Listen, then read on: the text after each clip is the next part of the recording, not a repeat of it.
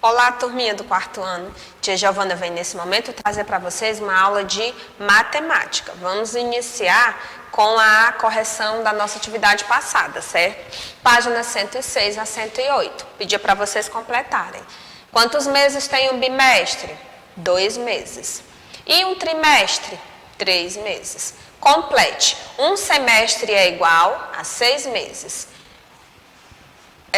3 bimestres é igual a 2 trimestres. Então, estamos em qual semestre do ano? Estamos no primeiro semestre, porque essa atividade foi passada, ainda no mês de junho. Quantos dias pode ter um ano? 365 ou 366. Próxima. Vamos lá. Aguardar enquanto abre. Em que ano nós estamos? 2020. Quantos dias ele terá? 366 dias, o ano de 2020. Agora, assim como podemos agrupar os meses, também podemos agrupar os anos. Aí pedia para que vocês completassem, né? Aqui, eles estão dispostos um abaixo do outro. Porém, no livro de vocês, eles estão do lado. Pedia para que vocês numerassem. 1000 anos corresponde a um milênio, certo? 2 anos corresponde à letra D.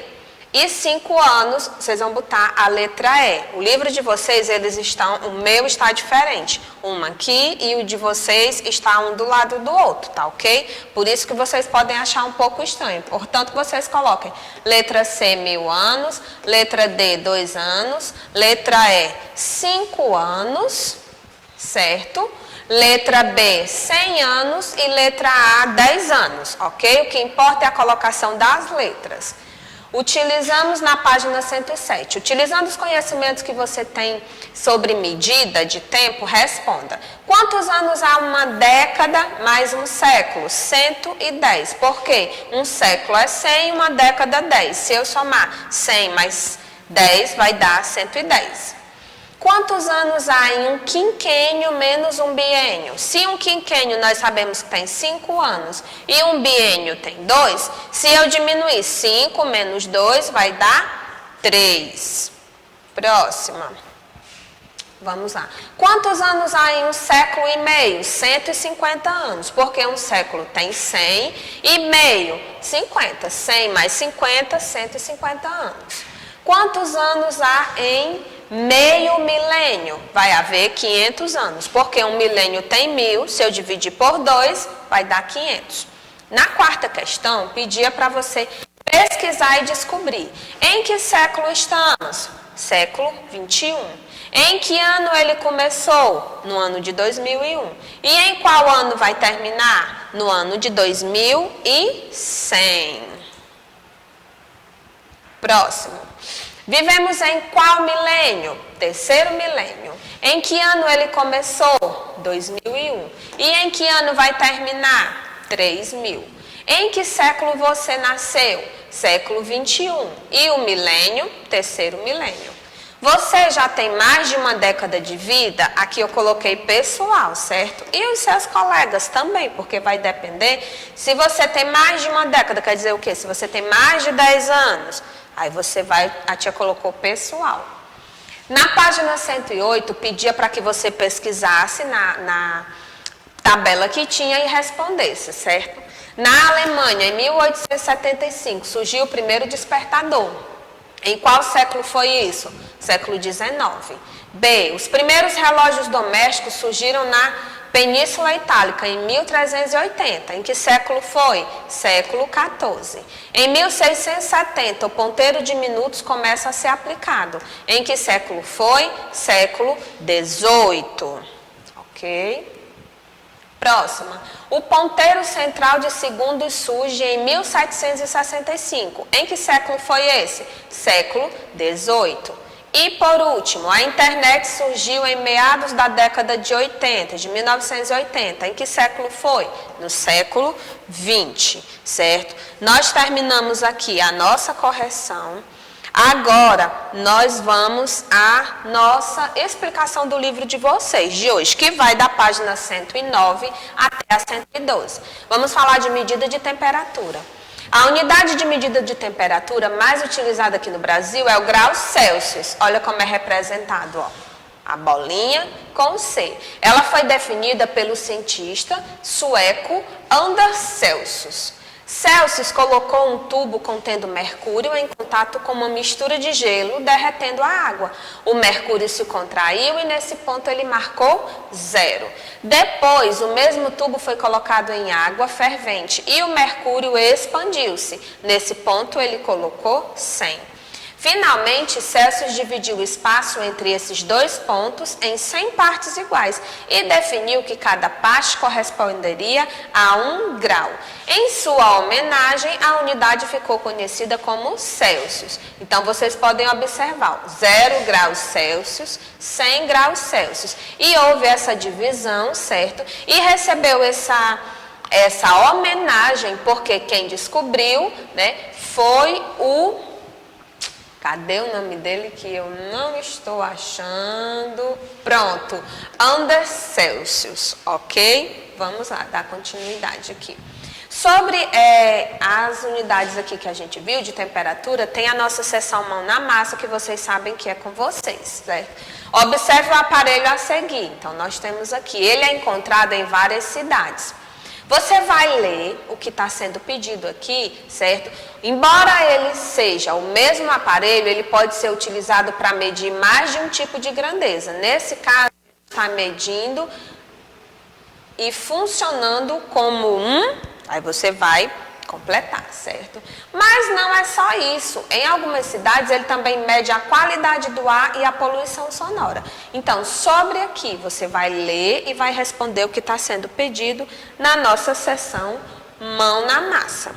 No livro de vocês, né, essa parte aqui da 110, ela vai estar pedindo para que vocês completem. Esse livro aqui, ele apresentou um probleminha. Ele está faltando uma parte, vocês vão ver.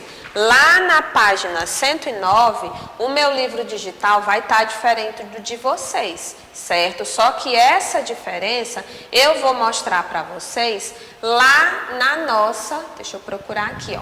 Essa parte aqui do meu livro digital tá diferente do de vocês. A tia Giovana vai colocar isso aí lá no grupo, que é que tá pedindo para vocês completarem, ok? Vamos lá. Na 110, vocês vão continuar respondendo, né? A que temperatura sabemos se estamos ou não com febre? Daí você vai analisar. A nossa atividade hoje é a 112. Lucas ficou doente, sua mãe verificou que o termômetro estava indicando 38 graus e meio. Será que ele está com febre? Por quê? Certo? Observe as informações. Aí nós temos as informações no quadro, né? No livro de vocês ele vai apresentar bem juntos. Manhã, tarde, noite, como está o tempo, temperatura mínima, temperatura máxima. E você vai responder na A. O que significa a palavra tempo no caso de previsões meteorológicas? Na B. Em que dia a temperatura será maior? C. Além do clima e da temperatura, que outras informações a tabela indica? Aí você pesquisa na tabela e responde, ok? Na 111, temos essa tabela aqui apresentada para vocês, certo? Ó, por exemplo, Palmas, aí tem as temperaturas. De acordo com essa tabela, você vai responder. Qual é a variação de temperatura na capital do seu estado? Então, qual é o estado que nós estamos? Ceará. Você vai voltar lá na tabela, vai procurar a variação de temperatura. Lembra que nós trabalhamos na folha, na aula passada? Qual é a maior temperatura prevista entre as capitais brasileiras? E na C, qual é a menor temperatura prevista entre as capitais brasileiras? Certo? Aqui nós encerramos a nossa 11, a página 111, perdão. A 112 nós vamos ficar para a próxima aula. Lembrando que aquele errinho do meu livro, que não está aparecendo aqui, eu vou fazer uma explicação para vocês lá, que pedia para que vocês completassem, ok? Vamos lá, a nossa ficha de atividade, página 51 e 52, que é a correção da nossa aula passada. Deixa só eu abrir aqui o meu livro. 51 e 52. Vamos lá. No Zoológico de São Paulo foi inaugurado em 1958, com 482 animais. Dentre eles, 9 veados, 2 onças, 1 pantera negra, 2 leopardos, 3 jaguatiricas, 1 urso, 23 papagaios e 1 rinoceronte. Hoje ele mantém uma população de 2.100 animais. Há quantos anos o Zoológico de São Paulo foi criado? O que você tem que fazer? Nós estamos no ano de 2020, menos o ano que ele foi criado, 1958. Se eu diminuir 2020 menos 1958, vai dar 62 anos, ok? Vou só pegar aqui o apagador para mim apagar aqui, por favor.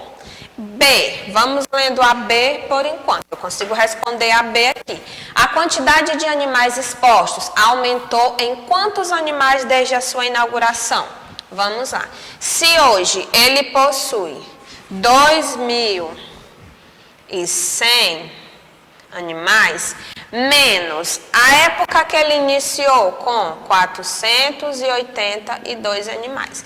Se eu diminuir 2.100 menos 482, vai dar 1.618 animais, correto? Então, observem se fizeram assim. Vamos aqui apagar para a gente ir para a próxima. Próxima questão. Nós temos a imagem de um parque, certo? E pede para que vocês respondam. Ali era o nosso parque lá, o nosso zoológico. Na 2, em uma semana, o Zoológico de São Paulo recebeu, em média, 4.380 visitantes por dia. Agora, sobre isso aí, vamos lá responder, certo? No domingo, a quantidade de visitantes foi o dobro da média. Quantas pessoas visitaram o zoológico no domingo? Então, a média era 4.380. Se diz que no domingo era o dobro, eu vou multiplicar por 2, certo? Então, nós vamos obter 8.760 pessoas. B. No período da manhã de um sábado, a quantidade de visitantes foi de 3.576. Quantas pessoas faltou para obtermos essa média? Eu vou pegar a média, que é 4.380 menos 3.576, que eu vou encontrar 804 pessoas. Então, faltavam 804 pessoas para obter a média. Nós temos mais um item ainda, que é o nosso item C, que diz o seguinte: na segunda-feira, a quantidade de visitantes foi a metade da média. Quanto era a nossa média? 4.380. Se eu digo que era a metade, eu vou ter que dividir por 2. Se eu dividir 4.380 por 2, eu vou encontrar 2.190 pessoas, certo? Então, aqui com essa ficha de atividade, nós concluímos a nossa aula de hoje. Hoje teremos essas páginas que eu expliquei na nossa aula agora, certo? Não teremos ficha de atividade. Qualquer dúvida que vocês tenham, principalmente aqui o meu livro está diferente do livro de vocês, o livro digital, vocês me perguntem, eu vou esclarecer. Não deixem de fazer as atividades, certo? E na próxima aula a gente faz a correção dessa que eu mandei para casa hoje, ok? Então eu conto com vocês e até a próxima aula.